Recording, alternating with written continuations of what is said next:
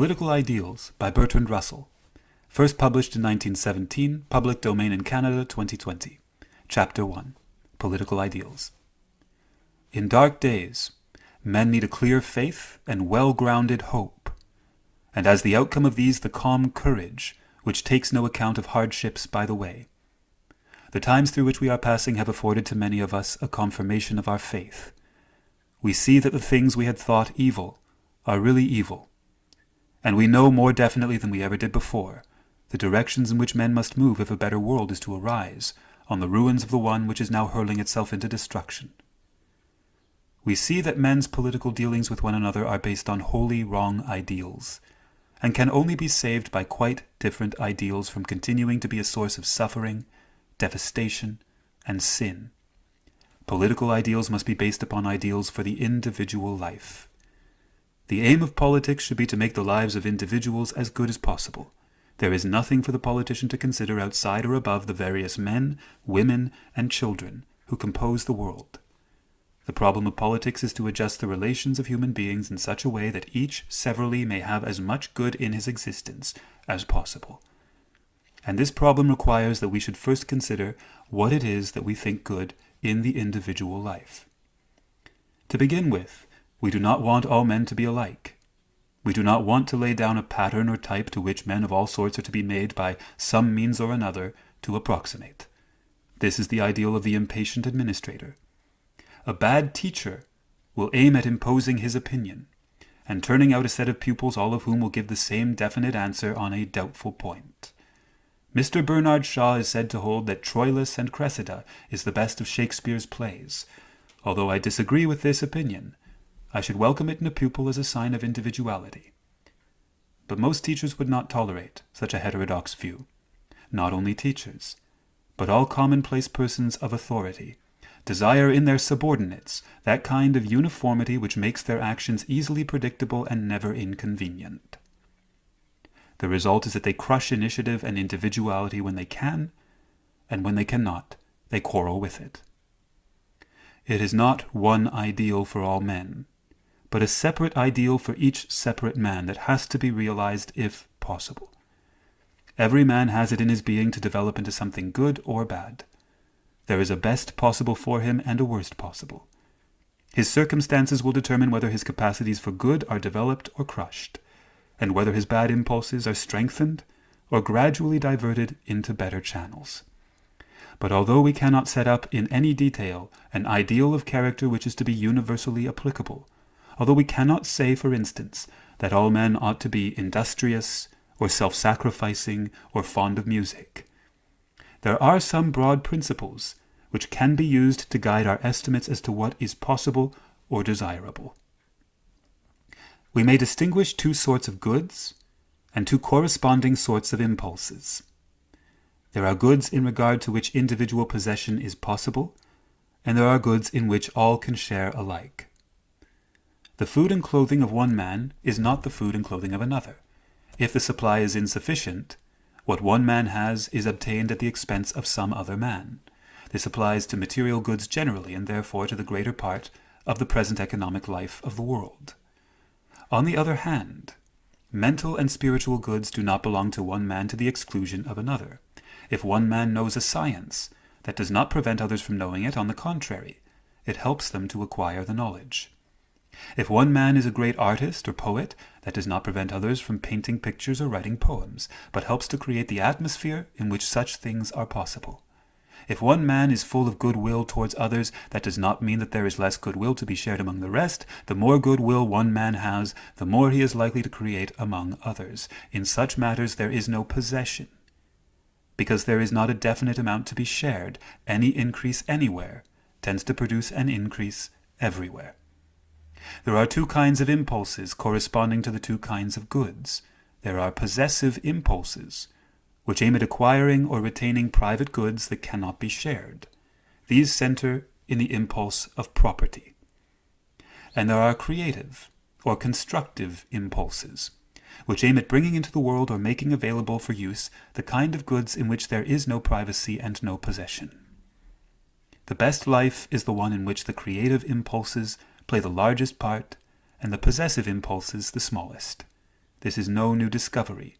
The gospel says, "Take no thought, saying, What shall we eat, or what shall we drink, or wherewithal shall we be clothed?" The thought we give to these things is taken away from matters of more importance. And what is worse, the habit of mind engendered by thinking these things is a bad one. It leads to competition, envy, domination, cruelty, and almost all the moral evils that infest the world. In particular, it leads to the predatory use of force. Material possessions can be taken by force and enjoyed by the robber. Spiritual possessions cannot be taken in this way. You may kill an artist or a thinker, but you cannot acquire his art or his thought. You may put a man to death because he loves his fellow men, but you will not by so doing acquire the love which made his happiness. Force is impotent in such matters. It is only as regards material goods that it is effective. For this reason, the men who believe in force are the men whose thoughts and desires are preoccupied with material goods. The possessive impulses, when they are strong, infect activities which ought to be purely creative.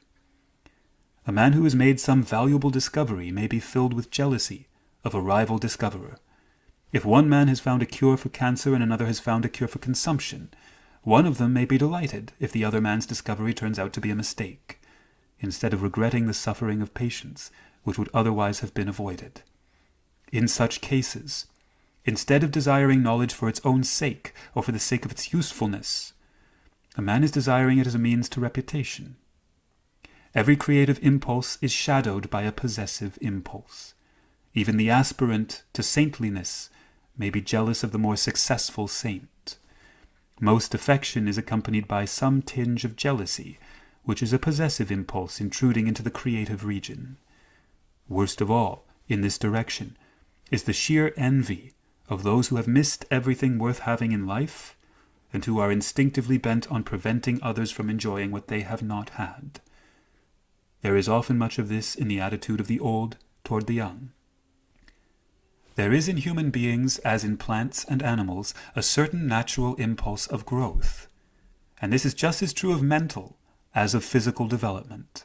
Physical development is helped by air and nourishment and exercise, and may be hindered by the sort of treatment which made Chinese women's feet small.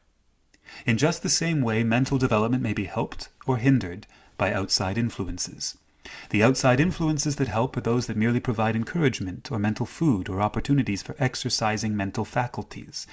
The influences that hinder are those that interfere with growth by applying any kind of force, whether discipline or authority or fear or the tyranny of public opinion, or the necessity of engaging in some totally incongenial occupation. Worst of all influences are those that thwart or twist a man's fundamental impulse, which is what shows itself as conscience in the moral sphere. Such influences are likely to do a man an inward danger from which he will never recover. Those who realize the harm that can be done to others by any use of force against them, and the worthlessness of the goods that can be acquired by force, will be very full of respect for the liberty of others. They will not try to bind them or fetter them. They will be slow to judge and swift to sympathize. They will treat every human being with a kind of tenderness, because the principle of good in him is at once fragile and infinitely precious. They will not condemn those who are unlike themselves. They will know and feel that individuality brings differences, and uniformity means death.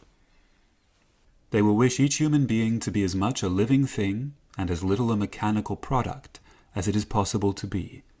They will cherish in each one just those things which the harsh usage of a ruthless world would destroy. In one word, all their dealings with others will be inspired by a deep impulse of reverence. What we shall desire for individuals is now clear. Strong creative impulses, overpowering and absorbing the instinct of possession, reverence for others, respect for the fundamental creative impulse in ourselves.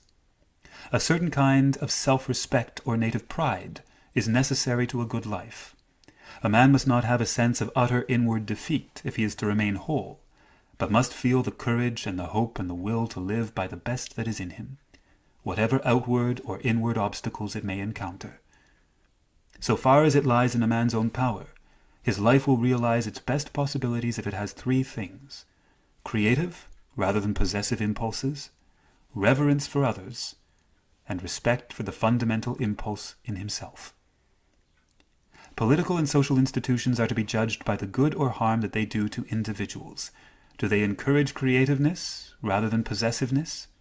Do they embody or promote a spirit of reverence between human beings? Do they preserve self-respect? In all these ways, the institutions under which we live are very far indeed from what they ought to be. Institutions, and especially economic systems, have a profound influence in molding the characters of men and women. They may encourage adventure and hope, or timidity in the pursuit of safety. They may open men's minds to great possibilities or close them against everything but the risk of obscure misfortune. They may make a man's happiness depend upon what he adds to the general possessions of the world, or upon what he can secure for himself of the private goods in which others cannot share. Modern capitalism forces the wrong decision of these alternatives upon all who are not heroic or exceptionally fortunate. Men's impulses are molded partly by their native disposition, partly by opportunity and environment, especially early environment. Direct preaching can do very little to change impulses, though it can lead people to restrain the direct expression of them, often with the result that the impulses go underground and come to the surface again in some contorted form. When we have discovered what kinds of impulse we want, we must not rest content with preaching or with trying to produce the outward manifestation without the inner spring. We must try rather to alter institutions in a way that will, of itself, modify the life of impulse in the desired direction. At present our institutions rest upon two things, property and power. Both of these are very unjustly distributed. Both, in the actual world, are of great importance to the happiness of the individual. Both are possessive goods, yet without them many of the goods in which we all might share are hard to acquire as things are now. Without property, as things are, a man has no freedom, and no security for the necessities of a tolerable life. Without power, he has no opportunity for initiative. If men are to have free play for their own creative impulses, they must be liberated from sordid cares by a certain measure of security, and they must have a sufficient share of power to be able to exercise initiative as regards the course and conditions of their lives. Few men can succeed in being creative rather than possessive in a world which is wholly built on competition, where the great majority would fall into utter destitution if they became careless as to the acquisition of material goods, where honor and power and respect are given to wealth rather than to wisdom, where the law embodies and consecrates the injustice of those who have towards those who have not. In such an environment, even those whom nature has endowed with great creative gifts become infected with the poison of competition. Men combine in groups to attain more strength in the scramble for material goods, and loyalty to the group spreads a halo of quasi-idealism round the central impulse of greed.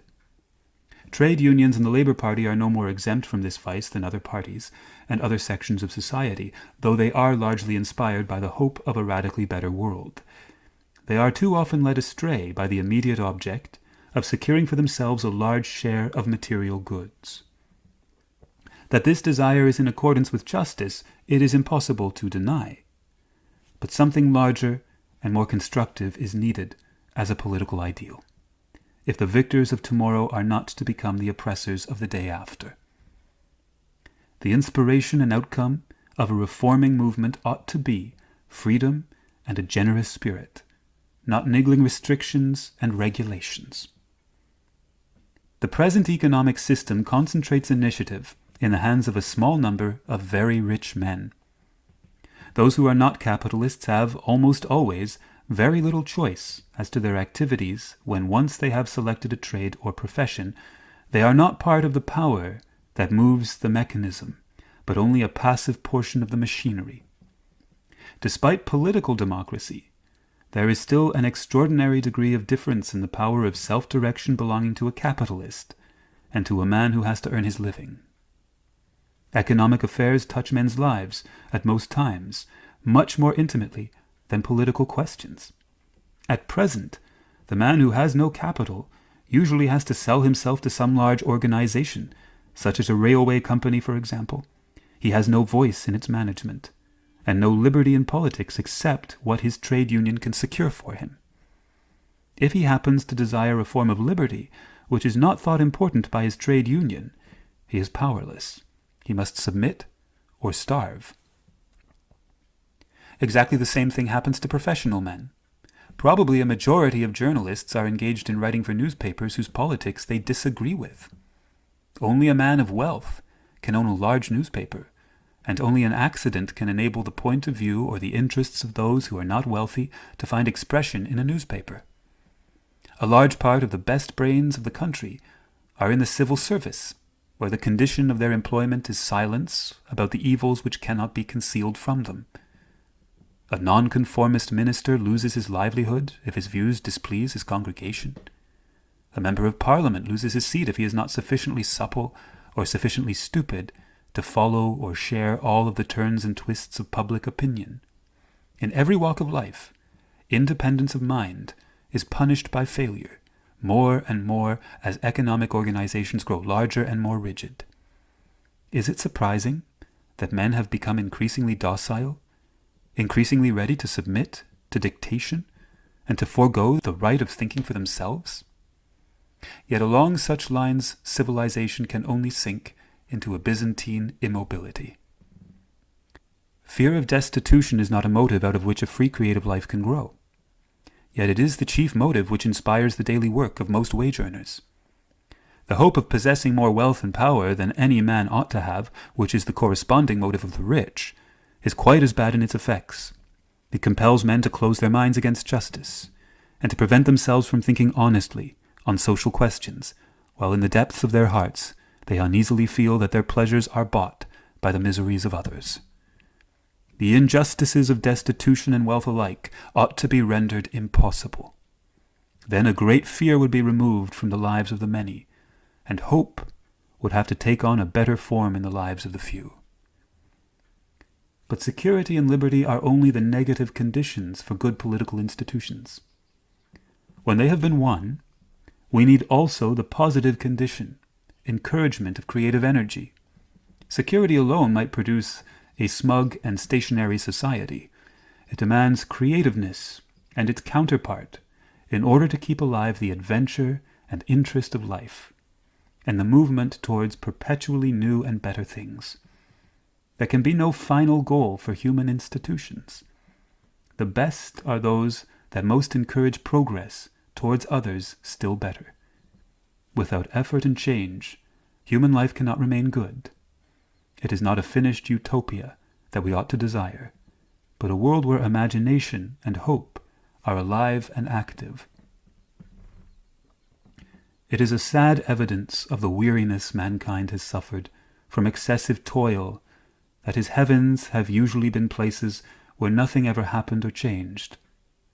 Fatigue produces the illusion that only rest is needed for happiness. But when men have rested for a time, boredom drives them to renewed activity. For this reason, a happy life must be one in which there is activity.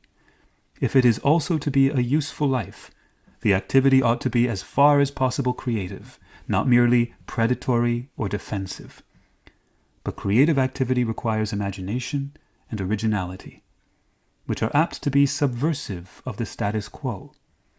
At present, those who have power dread the disturbance of the status quo, lest their unjust privileges should be taken away. In combination with the instinct for conventionality, which man shares with the other gregarious animals, those who profit by the existing order have established a system which punishes originality and starves imagination from the moment of first going to school down to the time of death and burial. The whole spirit in which education is conducted needs to be changed, in order that children may be encouraged to think and feel for themselves, not to acquiesce passively in the thoughts and feelings of others. It is not rewards after the event that will produce initiative, but a certain mental atmosphere. There have been times when such an atmosphere existed. The great days of Greece and Elizabethan England may serve as examples, but in our own day the tyranny of vast machine-like organizations, governed from above by men who know and care little for the lives of those whom they control, is killing individuality and freedom of mind, and forcing men more and more to conform to a uniform pattern. Vast organizations are an inevitable element of modern life, and it is useless to aim at their abolition, as has been done by some reformers, for instance William Morris. It is true that they make the preservation of individuality more difficult, but what is needed is a way of combining them with the greatest possible scope for individual initiative. One very important step towards this end would be to render democratic the government of every organization. At present, our legislative institutions are more or less democratic, except for the important fact that women are excluded. But our administration is still purely bureaucratic, and our economic organizations are monarchical or oligarchic. Every limited liability company is run by a small number of self-appointed or co-opted directors. There can be no real freedom or democracy until the men who do the work in a business also control its management. Another measure which would do much to increase liberty would be an increase of self-government for subordinate groups, whether geographical or economic, or defined by some common belief like religious sects. A modern state is so vast and its machinery is so little understood that even when a man has a vote, he does not feel himself any effective part of the force which determines its policy. Except in matters where he can act in conjunction with an exceptionally powerful group, he feels himself almost impotent, and the government remains a remote, impersonal circumstance, which must be endured like the weather. But a share in the control of smaller bodies, a man might regain some of that sense of personal opportunity and responsibility which belonged to a citizen of a city-state in ancient Greece or medieval Italy. When any group of men has a strong corporate consciousness, such as belongs, for example, to a nation or a trade or a religious body, liberty demands that it should be free to decide for itself all matters which are of great importance to the outside world. This is the basis of the universal claim for national independence. But nations are by no means the only groups which ought to have self-government for their internal concerns. And nations, like other groups, ought not to have complete liberty of action in matters which are of equal concern to foreign nations. Liberty demands self-government, but not the right to interfere with others.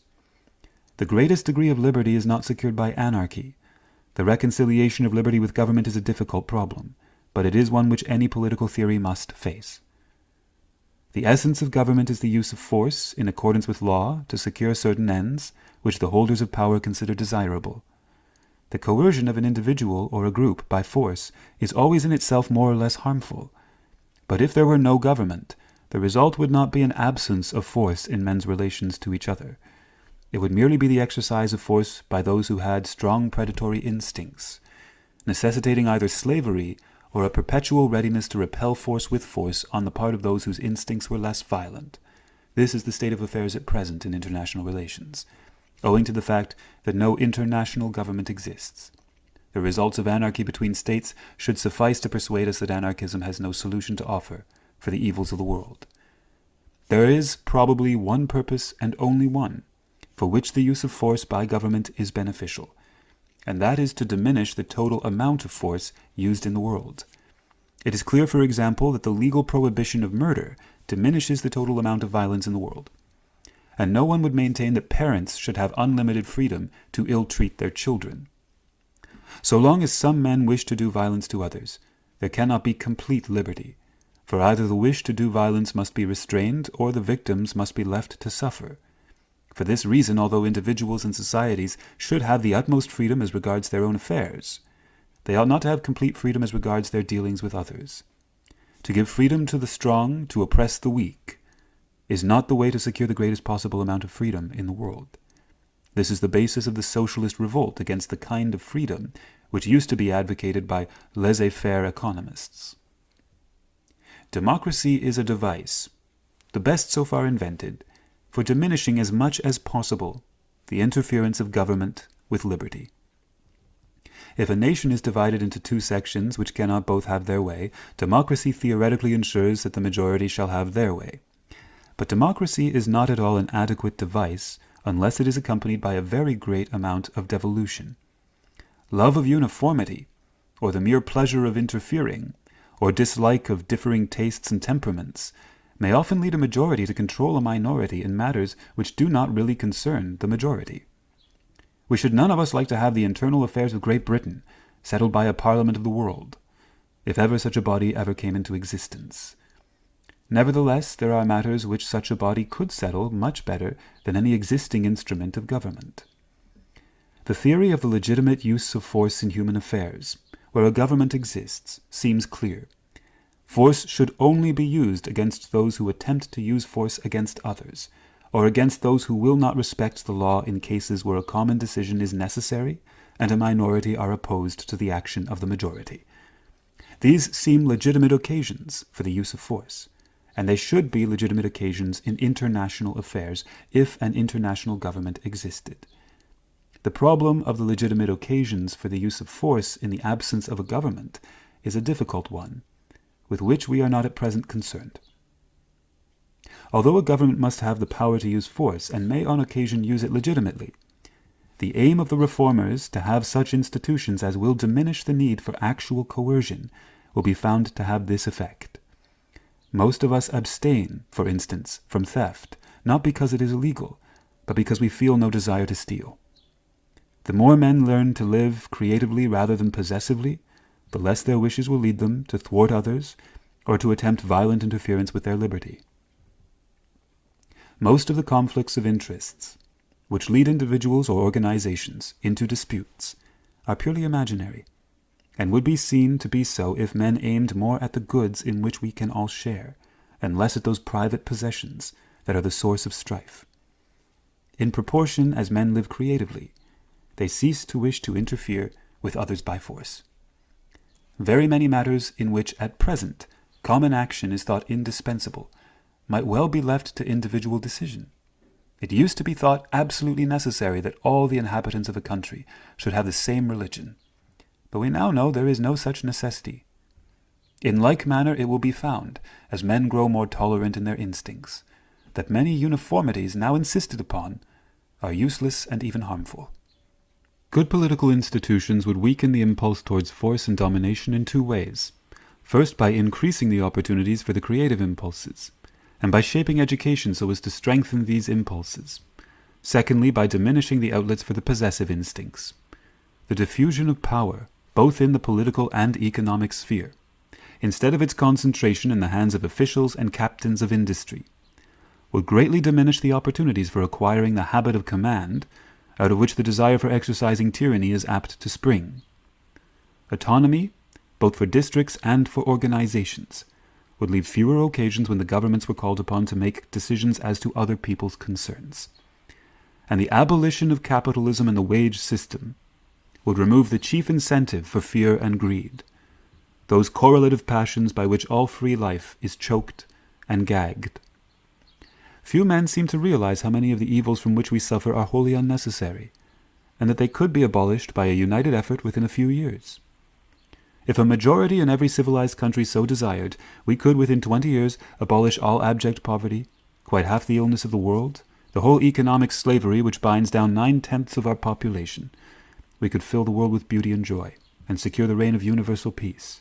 It is only because men are apathetic that this is not achieved, only because imagination is sluggish, and what always has been is regarded as what always must be. With goodwill, generosity, intelligence, these things could be brought about.